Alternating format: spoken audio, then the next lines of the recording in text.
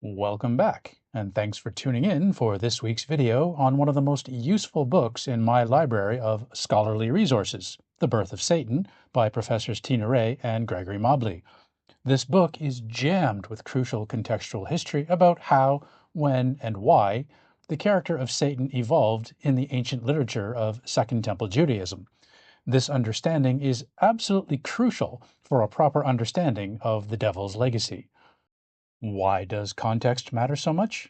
Because the devil, as believers imagine him today, did not spring into existence fully formed. The character and his backstory are products of historical evolution. Ironically, that's a word many evangelical Christians associate with Satan himself. Context also includes the socio-political realities of the intertestamental period, the era in which Satan finally emerges as a fully independent force in opposition to the Jewish God. Let's start at the beginning, literally, with the story of the serpent in the garden from Genesis 2. Despite what believers may think, the serpent is not Satan, and there are multiple reasons why the serpent cannot be Satan. This conflation is the result of another evolution, one that took place in the Christian era, when a direct link was made between the two characters in two passages of the last book of the New Testament. So, why can't the serpent be Satan?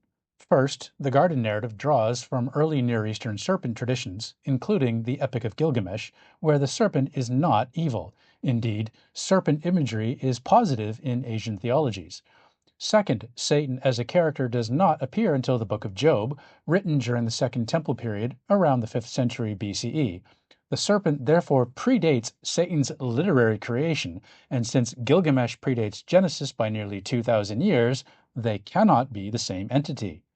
Further, a point Wray and Mobley highlight in their book is to contrast the character as he appears in Job to his fully evil incarnation in later centuries. In Job, Hasatan, with the article meaning the adversary, is not independent. Hasatan, if you read carefully, is just wandering the earth, minding his own business, and must be unleashed by God to inflict the arbitrary tests on Job's faith. Hasatan does not act independently and is not shown to be evil incarnate. For the first and only appearance of Satan as an independent character in the Old Testament, one must wait until the last book of the Hebrew ordering of the book, Chronicles, and this passage in Chronicles is a rewrite of an earlier book in which blame was placed on David, making Wray and Mobley's point about Satan being the universal scapegoat for evil.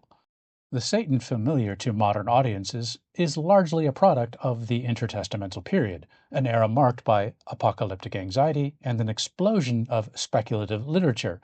During this time, Satan's backstory crystallizes: the heavenly rebellion, the fall, and the cosmic battle. These themes appear in texts like The Life of Adam and Eve, 4th Ezra, and 2nd Enoch. As Christianity spread across the Mediterranean world, Satan's appearance continued to evolve, absorbing the imagery and symbolism of local, so-called false gods. So, if you want to understand the cosmic scapegoat, how and when the devil took shape in the imagination of Iron Age Jews, The Birth of Satan is your go-to resource for one of history's most misunderstood and maligned characters. And for Satan's side of the story, check out my friend John Hammond's graphic novel, Falling Star. Thanks for watching. Please check out the other videos on my channel if history is your thing, and see you next time.